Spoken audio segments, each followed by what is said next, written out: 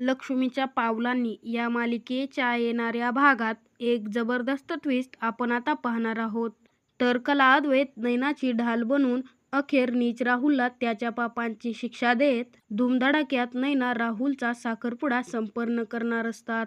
तर चिडलेला राहुल खूप मोठं कांड रचणार असतानाच नालायक रोहिणी त्याला सांगते की नैना आणि तुझं लग्न झाल्यानंतर आपण खरे कुटुंबांकडून आणि अद्वैतकडून बदला घ्यायचा. तर आता अद्वैत कलाला खूप मोठं वचन देणार असतो व भरमंडपात राहुलऐवजी स्वतः चुकून नैनाला अंगठी घालणार असतो. तर आता राहुल अद्वैत कलाच्या विरोधात कोणतं मोठं कांड रचणार आणि अद्वैत नैनाला अंगठी का घालणार हे आपण या व्हिडिओत पाहणार आहोत. तर व्हिडिओ शेवटपर्यंत नक्की पहा. तर इकडे मालिकेमध्ये कला आणि अद्वैत एकमेकांशी बोलत असतात. कला अद्वैतला विचारते की राहुल आणि नैनाताईचं लग्न झाल्यावरती नैनाताईची इथे काळजी कोण घेणार? जर राहुल आणि रोहिणीने मिळून नैनाताई विरुद्ध जर पुन्हा एकदा काही कारस्थान केलं तर त्याची जबाबदारी कोण घेणार? त्यावर अद्वैत म्हणतो की मी सर्वांसमोर शपथ घेतली आहे ना की नैनाची काळजी घेईन. मला अगदी मनापासून वाटत आहे की राहुल आणि नैनाचं लग्न व्हावं.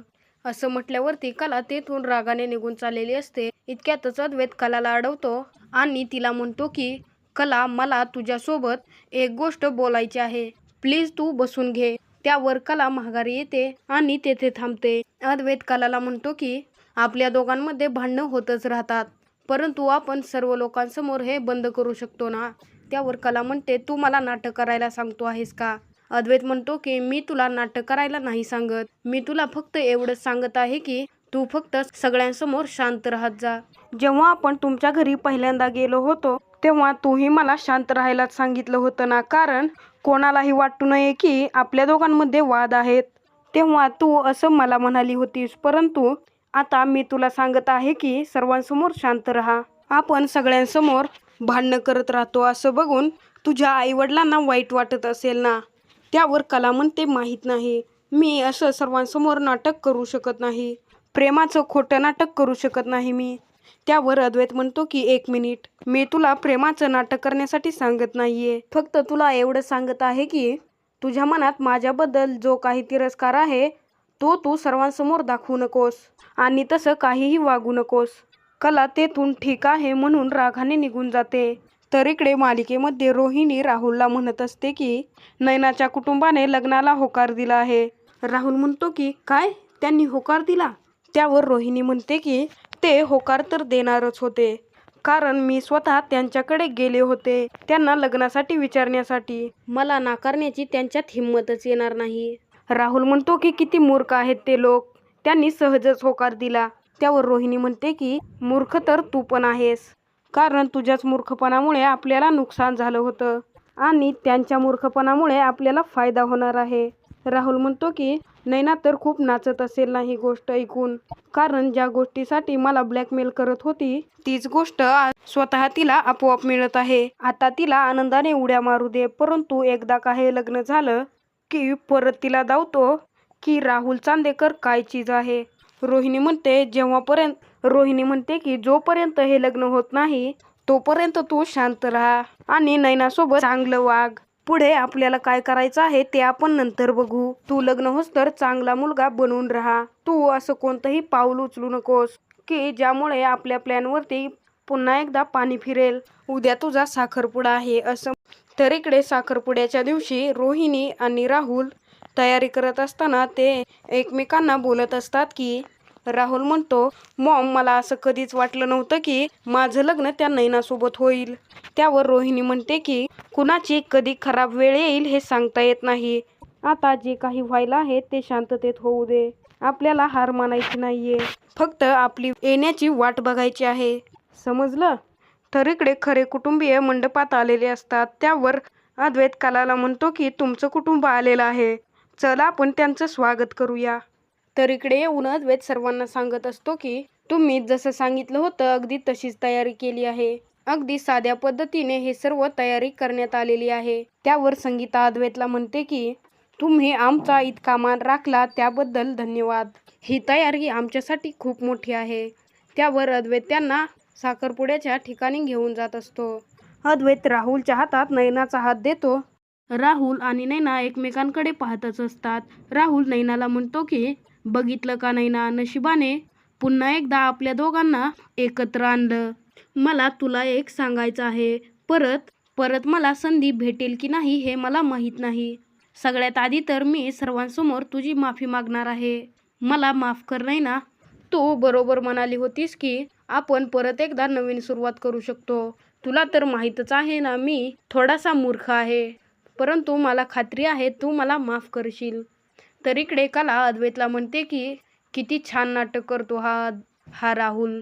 तू सांगितल्याप्रमाणे अगदी तसंच त्याला बोलत आहे. ह्यावेळेस बेस्ट ॲक्टरचा अवॉर्ड तर ह्यालाच मिळेल आहे ना. अद्वैत कलाला म्हणतो की तू तू मला जसं समजत आहे मी तसा नाहीये. मी राहुलला काही शिकवलेलं नाहीये.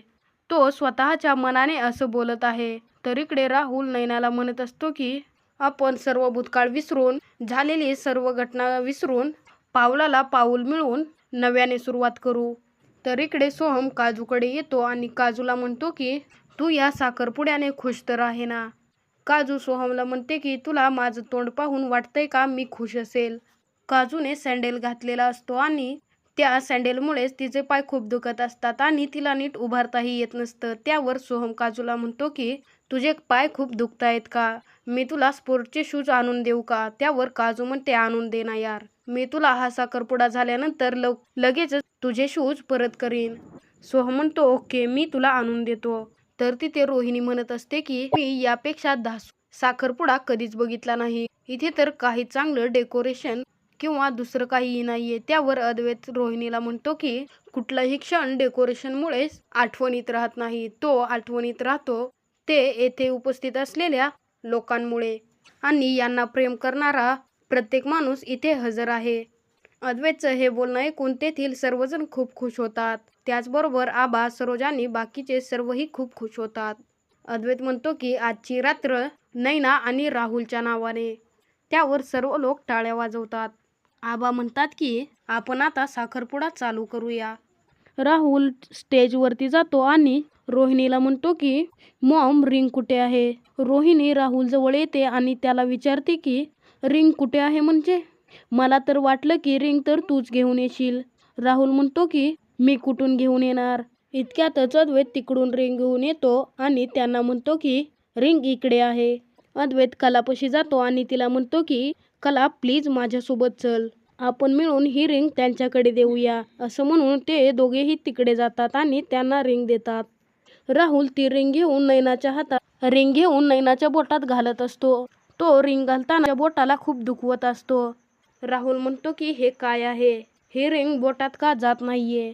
राहुल अद्वैतला म्हणतो की ब्रो बघ ना यार, रिंग तर जातच नाहीये. अद्वैत राहुलच्या हातातून रिंग घेऊन नैनाच्या बोटात घालतो.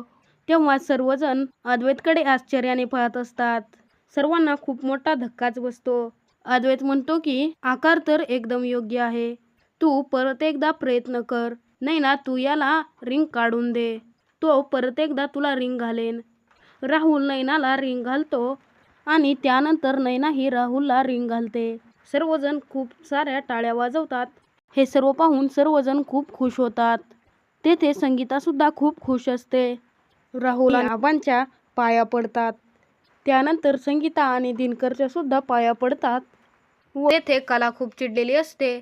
कला अद्वैतला म्हणते की अंगठी तर राहुलने घालायची होती, मग तू नैनाताईला अंगठी का घातलीस.